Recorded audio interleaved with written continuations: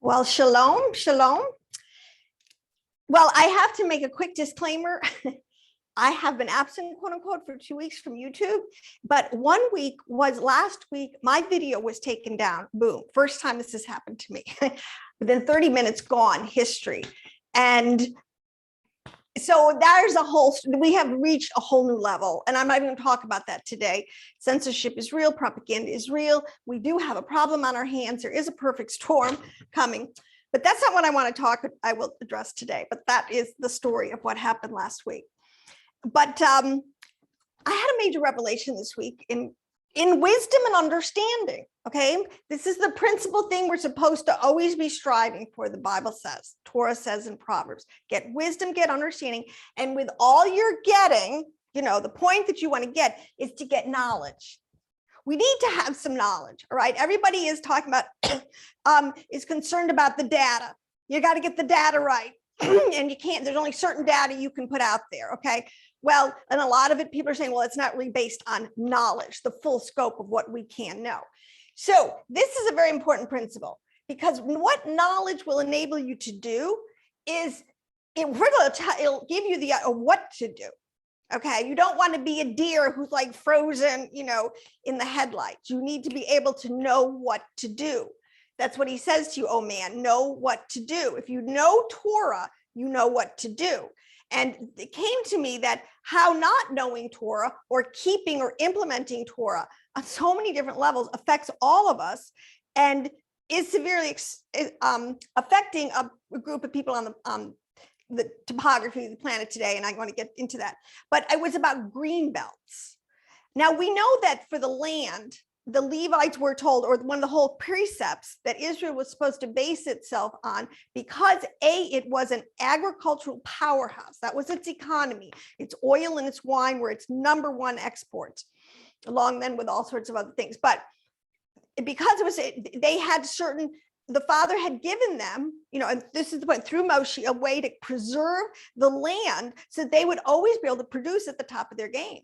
And one of it was called the Jubilee. Practicing this 7 years, and then on the seventh year, you let the land grow fallow, and you don't work it, so to speak. It gets to rest. This concept of rest, the 7-day cycle, the Sabbath. Today is a Sabbath. We rest.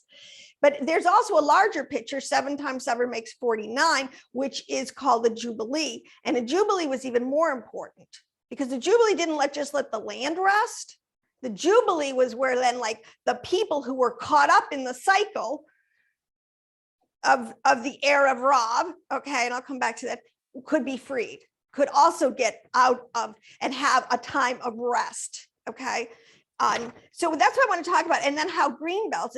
So this is another thing that's in there that's on the level of practicing a Shemitah and a Jubilee, which I had never known before, which I think is interesting, what I want to tell you. Okay, so I have recently moved to a new part of the country, and I'm very near Cary, North Carolina, okay? And I've visited a lot, but driving around Cary, it struck me, and I kept saying to myself, honey, you don't really ever know you're in this huge megalopolis of unbelievable amounts of people, except when you're on the highways driving and there's so much traffic. But everything is enclosed in a green belt. And then he explained to me what that was. And then just lo and behold, later I started reading on a whole different subject, and they start talking about it. But this is the concept with the Levites. One of the things we miss, and I'm going to contrast something. If you read, especially about the third temple, and then if you read about the city of Jerusalem, and somehow you get the picture in your mind, which somehow is hard for Ephraimites to do, because what was going on with all the divisions of the land, the plots, why this one was this length, why this one did this. The Levites were told and given a city planning system to make green belts so that the city of Jerusalem could always stay a blessing. This is a key of urban planning that we've somehow lost in the landscape of America planning, yet Cary has done it marvelously, and it makes a huge difference. But this concept of green needs to be expanded back to every socioeconomic group. All right. And I'll come back to that. Now, so what I want to say is the Levites were not given a land inheritance, but they were given land within each of the cities and everything. But see, it wasn't theirs to pass on generationally to their offspring. Actually, they were keeping green belts for all generations, for all time. The ancients understood, excuse me, 100% the connection between man and nature. There's some kind of very symbiotic relationship. They say, if you really want to be close to God, you go out to nature, which hasn't changed for thousands of years, despite what the AI world wants to tell us. But the point is you're, and this is the point, it's a God-given right. That's why the national parks, they came up with the idea that we have a right to land that is sacred for all generations, that cannot be altered. God gave, and he gave the responsibility of keeping this concept in urban planning with the Levites, okay, which is more, but this is brilliant city planning. But on the flip side, see what happens is, okay, and people have always wondered, well, Nebuchadnezzar, and there's a thing called the Hanging Gardens of Babylon, which is one of the ancient wonders of the world. Well, it just came to me. I'm like, oh, that explains what was so splendid. The guy, obviously, Nebuchadnezzar was an insanely good city planner, and he was able to make the whole city like a garden. So now, this is what, no matter where you went, you could step out your door and you could be in nature. You didn't have to know you were in a city in this huge urban area first. Okay. Yes. And there are, and this gets into city planning and zoning, all these kind of things. But one thing that struck me, that was probably the most beautiful city on the planet. Now, it was done in a godless way. God didn't get the glory. It wasn't done according to, that, yes, this was originally a God-given design. But the point is, that's what was going on, in my opinion, now with the quote unquote, the Hanging Gardens of Babylon.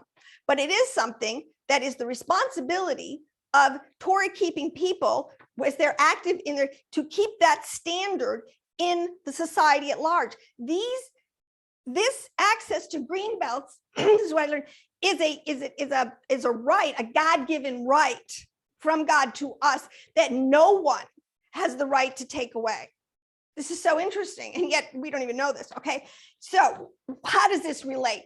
And I have to go back to, it came into my mind as this famous song by Joni Mitchell. Now I'm dating myself generationally, but she was a great, her songs were just great. And she had a very famous song, and the lyrics, I mean, this is so prophetic and so true then, it's true now, it's always been true.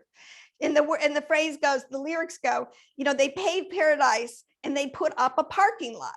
This is our present day urban landscape with a pink hotel, a boutique, and a swinging hotspot. Don't you always seem to go that you don't know what you got till it's gone? They paved paradise and put up a parking lot. They took all the trees and put them in a tree museum and charged the people $1.50 just to see them. I mean, the reverse psychology of this is just amazing, and it is so true.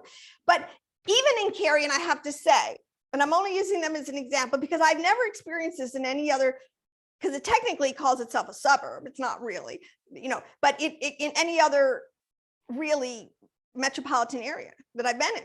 I just drove down the Eastern Seaboard and it was awful. There's so few in the urban areas. It's just a massive parking lot.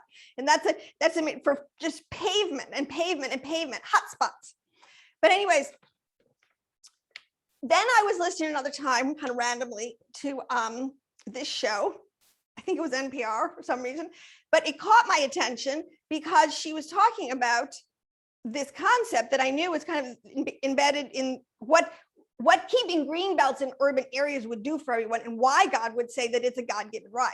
So this is a twofold thing. We have a problem with, and I'm not giving credence to the official narrative of global warming, no, but there is a fact that temperatures are rising. I mean, this is a fact in certain areas and certain pockets of country cities are really suffering. I mean, I have a friend out in California. She's telling me, yeah, the heat's getting 115 degrees. That's pretty crazy. But what was done was a study, a socioeconomic study of, okay, because it's known, okay, so how do you relieve extreme heat? All right, so if you're a city power person in responsibility, you have to figure out how to give relief, right? Okay. And one historic way has always been, quote unquote, in a green belt, because they know now that trees and shade and lower the temperature. if people can get out of the urban landscape there where the pavement goes up even higher, that can be life-saving. That can literally be between life and death. And this is what is so important. And so, okay, so the concept is we do have a disparity. They counted all the trees, and they counted all the trees in one city or something, and it was disproportionately, so that lower socioeconomic groups obviously did not have access to as many trees, and the urban areas or the more prosperous areas did. Okay, so yes, you drive around Cary, a very prosperous town, city right now, booming, and yes, there is definitely a demographic that is benefiting. But the important thing is, in one sense, is that they got that right. Whoever those city planners were, they got that right. And it is, even if you like in a condo, residents in a condo, and even there's a little lake, there's a path, there's a nature path, there's like a little beach area, and all these little places, they keep the landscape, the people tethered. You can even in now there are parts that they're not, I know the triangle, there's parts that are definitely getting more paved than others, but the basic concept, it just really struck me. So anyways, it's not expensive to plant trees. I mean, seriously, I mean, if you need to help relieve a situation, Yeshua said, listen, he said that you will always have the poor with you. In the socioeconomic, there are poor people of every ethnic group on the planet in our kind of socioeconomic lower class areas. There are what do they call that? Rural poor. There's urban poor. They're like, all right. But my point is, the city planners, it is the responsibility, and it is so as we rebuild our cities, this is another thing to understand. We have a real problem. Some of our cities are so devastated on so many levels. But I got to have hope and believe, and especially because we're so close to the millennium, that somehow the rose is going to bloom in the desert. We are going to come into a time when these problems will be solved. And I know that one of them will be in this concept, because paradise and PaRDeS, God put Adam in a paradise. He didn't put him in a parking lot, Our nature is to be in nature. We should, and this is part of the millennial promise to go outside our home and to be immersed in nature. Everybody, this was the American dream, people. This is what's being stolen from us. Oh my gosh.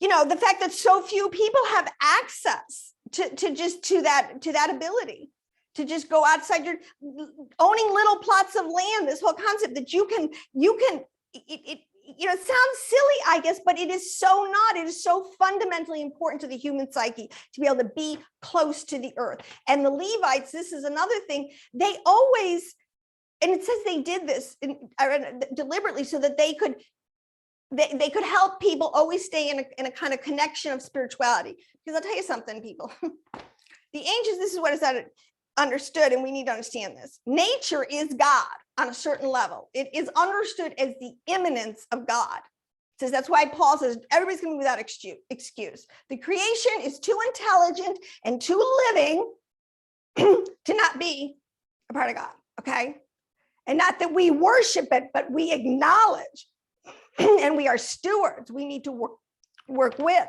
So I'm saying, like Israel. When they came back to the land in 1948, and they started way before that, around the turn of the century, one of the biggest things they did to bring the land up to being an agricultural powerhouse again was to plant trees. And so I think this is extremely important. And now that I know it's biblical and it was the Levites' responsibility, I'm saying, oh man, you need to get knowledge of the Torah. The weightier matters, the upper ones, the higher levels. See, the thing about getting Chokmah and Bina is this level of intelligence. This is what understanding the tree of life will tell you. This level of intelligence, getting Chokmah and Bina, which produces knowledge, and it translates into knowledge of what to do, what is balanced and fair, what will take, taking all things into consideration. You're not going to eliminate poverty with one program, but you sure are going to be able to alleviate a lot of urban issues with implementing city. All the money should not go disproportionately. I do agree with a lot of these things, that you've got to keep a fair balance. All right, there's some inalienable things like good education, clean water. There are certain things that, and because our cities they're falling down on, oh my gosh. Anyways, but what I just want to go back to another thing. I want to keep moving on this. So, but so then we have this problem, like, you know, when Joni Mitchell sings these songs, she starts out with they paved paradise.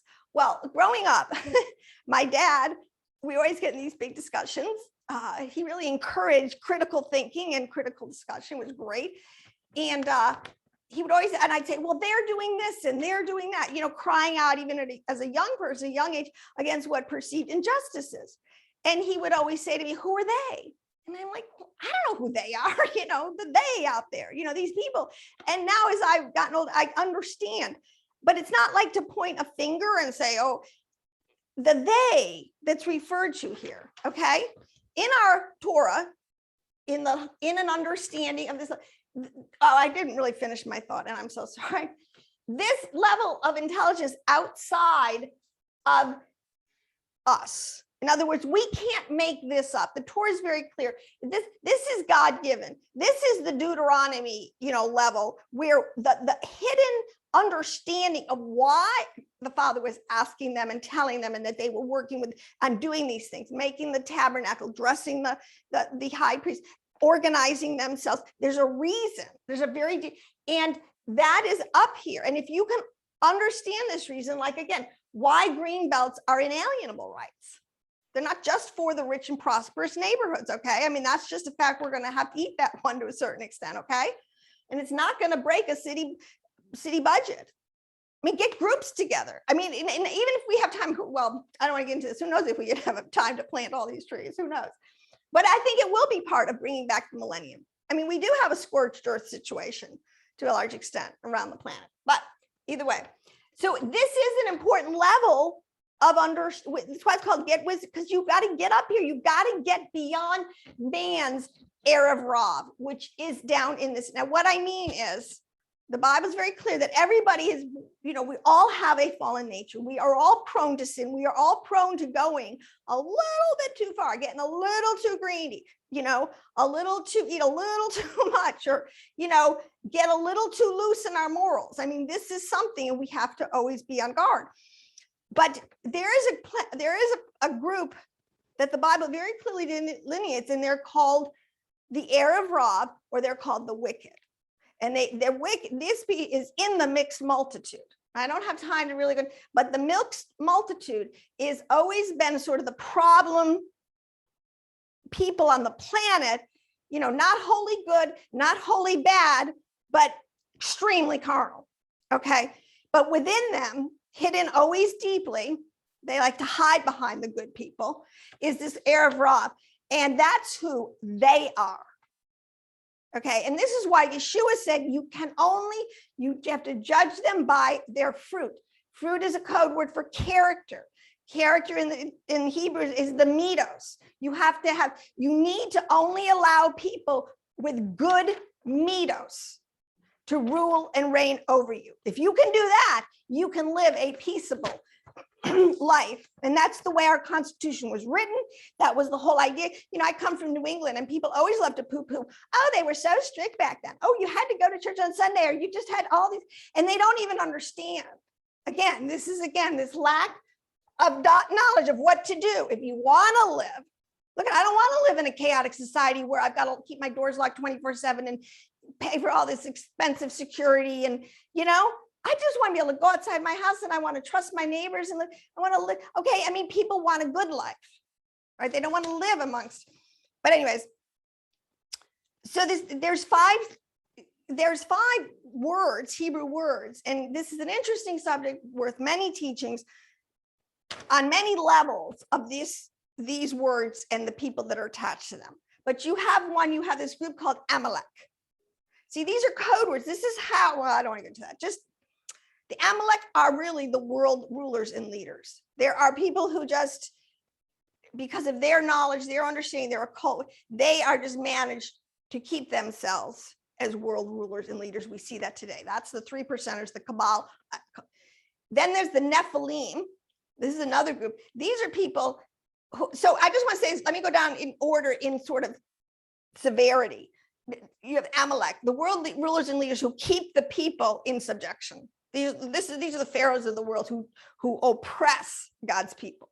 Nephilim are the adulterers. Then you have the people who can be morally compromised so easily because they just have bad mitos, bad character, no self-control. And they end up, and they promote, and you see this on who runs Hollywood, but a bunch of adulterers who wanted to legitimize their lifestyle on so many perverted levels. Then you have the Gibborim. Now these are the Gibborim giants, Gibbor, giants of pretenders, and it puts in this category religious pretenders, people who might look all pious. Yeshua referred to them as whitewashed sepulchres. I mean, yeah, you might look good, you might, say everything right and bow at the right time, all this kind of stuff, but you are definitely a pretender, an actor, a hypocrite. All right. And the Rephaim, okay, the backstabbers is another group of people. People just, they act like they're with you. They act like, and this was a big problem with Moshe, was a big problem with the mixed multitude. And this is what they tolerated. See, if you tolerate these people in the church, amongst our fellowships, if we just let everybody, whatever, I don't care if you're a religious pretender, you can come to church and pretend it's okay with me. No, it's not. But the backstabbers, and then the Anakim, which are called the long-necked. This is okay, long-necked, the proud, the arrogant, the frauds. They're just really not humble. They really have an arrogance about them. These are character traits. Basically, you put them together, meet those types of people that we allow to just totally be amongst us, and especially in our spiritual mind, life, and fellowship. Okay, the little leaven that levels the whole lump, leavens the whole lump. But Amalek, I will tell you, and the sages will tell you this, the teachings in the Torah, that all of these groups, the Nephilim on down, can be, what's the word I'm looking for? Can be changed. They can change. They can be restored. They can repent. They can do tikkun and teshiva. The Amalek, not so. This is the curse. If you ever read deep into the pseudographia, and it's all over, talks about this cursed race. Cain was of a cursed race. And that's because these people are, like it says, almost irredeemable. That's why there's a place called Tartarus, or where is it? The lake of fire that's reserved for the devil and his angels and certain really wicked. I mean, it's just, okay, and that's just the way it is. All right, and this is who Yeshua, this is who Messiah ben David, this is the group right now, because they happen to be ruling at the end of the age. We were told these wicked, this 3% Kabbalah are ruling, and and that's why Messiah ben David, we're looking for a Mashiach. Everybody's saying, come Mashiach. It's a God-sized job now to fight this problem we have, who they are. But in the meantime, yeah, planting trees. What I'm, and a tree is the tree of life. Who would have thought that something on such a Pashat level, I would see such a profound significance for it. But I also want to end this with another quote from Maimonides. He is a brilliant Torah sage from the Middle Ages. But this is something, again, what is going on right now in the separation, the wheat and the chaff, at the end of the age, there's going to be a separation of the sons of God and the sons of Belial, the sons of the devil, because, this Erev Rav is going to get separated out. There will be, because as we begin to come back into a right sound mind, to get knowledge again, to understand the level that Torah is written on and how it is written for our benefit, for our character development.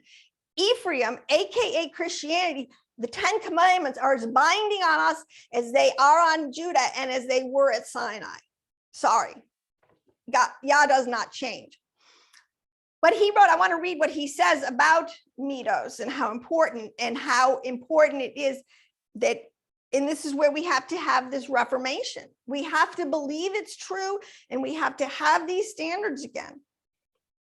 So he says, one of the basic foundations of religion is that the Almighty empowers man with prophetic vision. However, the spirit of prophecy, see, now this is how, again, why it says to look at the fruit, because there's so many, messengers out there, this guy says to do this, and this one says to do this. And Yeshua is like, you have to judge the fruit. But one of the things is everybody saying, oh, I got a word from the Lord and this and that, and why everything's so chaotic. I mean, the prophecy camps are, but the point is because they're leaving out this one component. You need to believe that Yahweh will honor a person of this particular type with true prophecy. It says, now, however, the spirit of prophecy rests only upon the wise man who is distinguished by great wisdom. He's got this level of wisdom, chokmah, understanding, this level of intelligence that is outside of our human, including our intellectual. We can, man is always, he can maybe think his way out of stuff sometimes intellectually, but this is what we're saying. It's way beyond that. Okay. So this person who's going to get prophecy is distinguished by great wisdom and strong moral character, whose passions never overcome him in anything whatsoever. Rather, he is mentally in control over his passions always. And he possesses a broad and sedate mind. Broad meaning he's broad-minded. He knows enough to understand, different nuances and things. And he has a sedate mind. He's not easily stirred up. He's calm. He's, don't worry about it. God is in control. Everything's going to be all right. Let's just get knowledge so we know what to do. The middle pillar is what it's really saying. Okay, I got to get through these somehow. Whose passions, rather, he is mentally in control of his passions, and he possesses a broad and sedate mind. When an individual filled with these characteristics and physically sound enters the spiritual paradise and is continually immersed in these great and profound themes, having the right mind capable of comprehending and grasping them, along with making himself holy, withdrawing from the ways of the ordinary masses who walk in the obscurities of the times, constantly energizing himself to train his soul not to have any thought at all of the wasteful endeavors and vanities of this present age and its intrigues. I mean, that's what Paul says, come out of Babylon. Stop being distracted by all the bells and whistles of Babylon. Focus. That's believer. That's what we're called. What I'm trying to say is we really need to focus, because what I believe is coming forward, and this is what the process, it is those of a devoted life. Those who get to, these are the true overcomers, the firstborn of Israel. This is a very important component, people, that we need to examine in our own hearts. So, pure and holy. Okay, so in order to be focused, the point on the higher things, as though bound beneath the celestial throne, in order to comprehend the pure and holy forms of spiritual beings. So but in other words, you need to get to this level. That's what I'm always saying. And this comes from profound Torah study. It comes from learning the letters, understanding the 3-letter roots. There are ways in which we can get back to pure streams of understanding. Not by reading a million different commentaries by a million different people, but by getting back to the foundation that was laid. 10 Sephiroth and 22 letters. So anyways, I just wanted to make those points about the Erev Rav, and why today, part of the problem is if my people who are called by my name will humble themselves and fast and pray and kind of admit their shortcomings. We have fallen asleep. The reason all this has happened, we have fallen asleep. We have allowed the Erev Rav to get into positions of power and authority over us, even though, it was out there, people were warning, and, too late. It's how Joni Mitchell says, you always seem to go, you don't know what you got till it's gone. So now, because we do have a crisis, and we do also have a crisis of leadership, as we look now to new leadership, we do need to understand these distinctions and begin to be able to judge righteously. That's what I have to say. Shabbat Shalom, enjoy, and I will see you in the next episode.